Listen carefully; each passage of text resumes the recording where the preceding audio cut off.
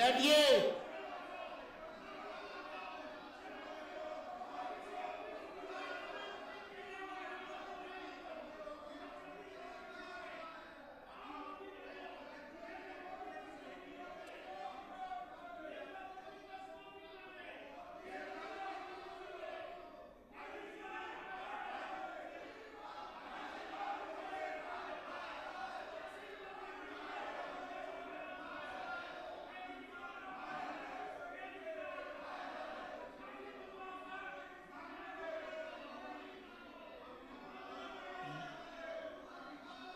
बैठिए बैठिए बैठिए बैठिए।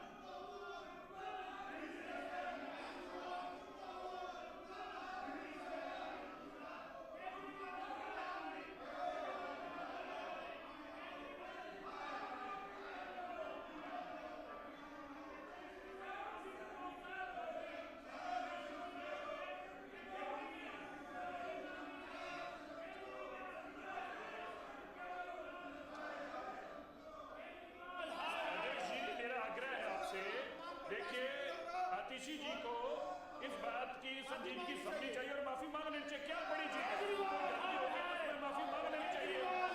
चीजों का ये बात करनी और झूठ फैलाना, बैठिए। सदन की कार्रवाई 1 बजे तक स्थगित की जाती है और लंच के बाद सदन बैठेगा। अध्यक्ष जी, ये अगर बोले तो मैं बैठ जाऊं। आप जारी रखिए, हो गया। चलिए, ऐसे नहीं अब यह प्रस्ताव सदन के सामने है जो इसके पक्ष में। मैं बोलूंगी। मैंने कहा उनको आप बैठिए नहीं, लेकिन आप उसमें बोलिए। नहीं, वो उनको मैं बिठाऊंगा। सदन की इतनी गरिमा इस सदन को रखनी पड़ेगी कि अगर मैं बोल रही हूँ तो कोई माननीय सदस्य बीच में ना बोले। मैं किसी के में नहीं बोलती हूँ। ये मैं देख लूंगा मुख्यमंत्री। आप अपनी बात कहिए, आप अपनी बात कहिए। 1 मिनट। आपने सवाल कर लिया ना, जवाब तो सुनने की हिम्मत रखिए। चलिए, तो जिस फाइनेंस की ये मिनिस्टर होने के बाद सदस्य थी, ये उस कमेटी में गई ही नहीं जो कि 55वीं जीएसटी काउंसिल की मीटिंग थी। और आज जो ये चर्चा हमसे करना चाहती है उस मीटिंग में पास हुई। पास होकर के तब से लेकर अब तक ये दिल्ली में लागू है, दिल्ली में चल रही है और खुद फाइनेंस मिनिस्टर ये थी और आज ये हमसे पूछ रही है कि ये क्या है, ये क्या है।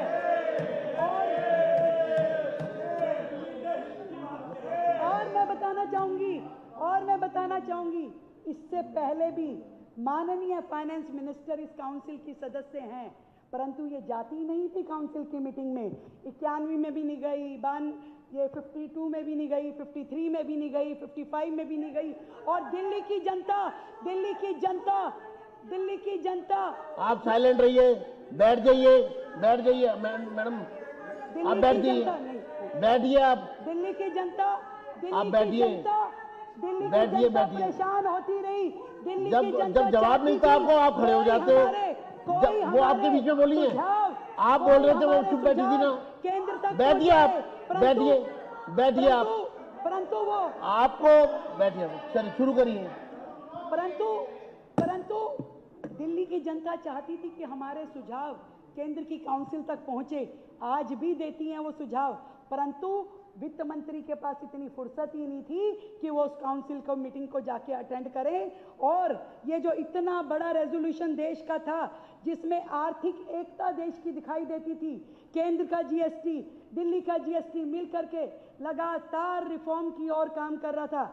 इतने सारे रिफॉर्म लगातार केंद्र ने दिल्ली के लिए किए और वो लगातार चल भी रहे हैं, परंतु माननीय मंत्री जी, एक्स मंत्री फाइनेंस को इसकी जानकारी ही नहीं थी। मैं जरूर बताना चाहूंगी कि ये जितनी भी संशोधन हैं जो कि यहाँ पे आज 45 संशोधन पास हो रहे हैं।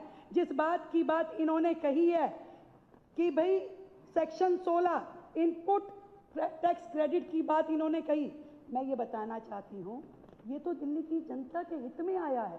दिल्ली की जनता के जो भी केसेस 17, 18, 20, 21 तक के थे उसमें केंद्र सरकार ने समय सीमा बढ़ा दी कि आप अपना कोई भी क्रेडिट का दावा अगर चाहते हैं तो 30 नवंबर 2021 तक रख सकते हैं। ये डेट एक्सटेंड की गई थी, ये डेट एक्सटेंड की गई थी, जिसकी जानकारी ये मुझसे पूछ रही है जो कि इनका कार्यकाल था। इनके कार्यकाल में इन्होंने पूछा। फिर इन्होंने सेक्शन 13 की बात की है, वो भी बताना चाहती हूँ।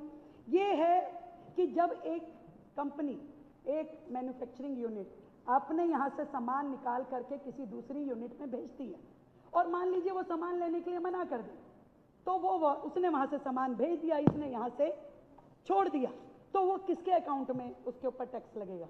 इस सेक्शन में उसे क्लियर किया गया है कि जो सप्लायर है बिल्कुल भी उसके अकाउंट में उसका टैक्स नहीं जुड़ेगा।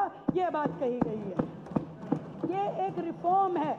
केंद्र सरकार ने दिल्ली की जनता के लिए, देश की जनता के लिए सरलीकरण किया है।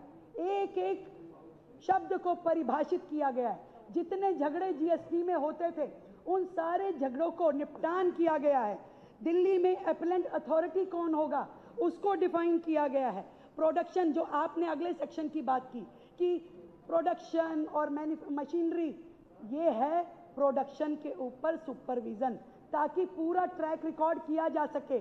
आज केंद्र सरकार ने, जैसे गुटखा की कंपनियां हैं, कितने गुटखे बेच रही हैं, क्या कर रही हैं, क्या सोसाइटी में फैला रही हैं, पता नहीं चलता उसकी क्वांटिटी का।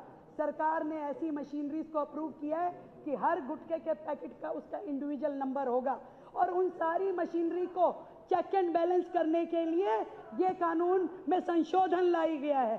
तो इस तरीके से एक एक संशोधन, 45 संशोधन जो केंद्र सरकार लेके आई है, हर एक संशोधन दिल्ली के हित में है, जिससे ट्रैक मैकेनिज्म भी सुदृढ़ होगा।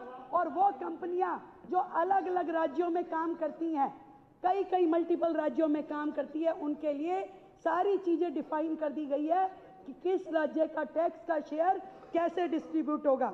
ये अपने आप में एक इतना बड़ा सोशल रिफॉर्म, एक जीएसटी रिफॉर्म, आर्थिक रिफॉर्म है, जिसके बारे में हमें केंद्र सरकार का धन्यवाद पिछले सालों में ही कर देना चाहिए था।